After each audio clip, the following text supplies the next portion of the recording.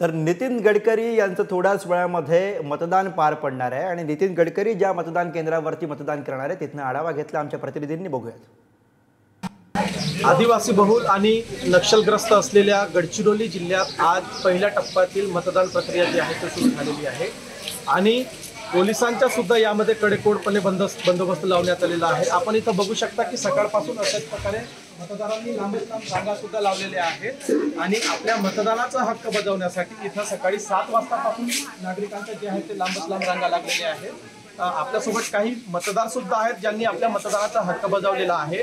पहिल्यांदा ज्यांनी आपल्या मतदानाचा हक्क बजावलेले आहेत असे मतदार सुद्धा आपल्यासोबत आहेत. त्यांच्याकडून आपण जाणून घेऊया. तर नक्की काय सांगाल तुम्ही? माझं पहिले मतदान आहे. माझ्या परिसराचा विकास होईल हीच माझी अपेक्षा आहे.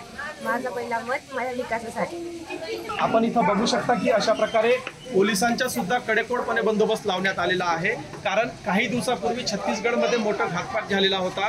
त्यामध्ये 29 नक्षली जे आहेत ते मारले गेले होते. त्या दृष्टिकोनातून संवेदनशील आणि अतिसंवेदनशील असलेल्या गडचिरोली जिल्ह्यात आज आपण इथं बघू शकतो की अशा प्रकारे पोलिसांच्या सुद्धा कडेकोडपणे बंदोबस्त लावण्यात आलेला आहे.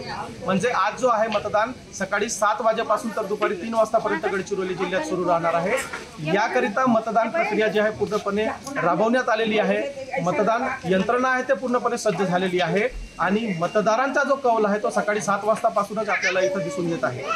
पुढारी न्यूजसाठी आशिष अग्रवाल, गडचिरोली.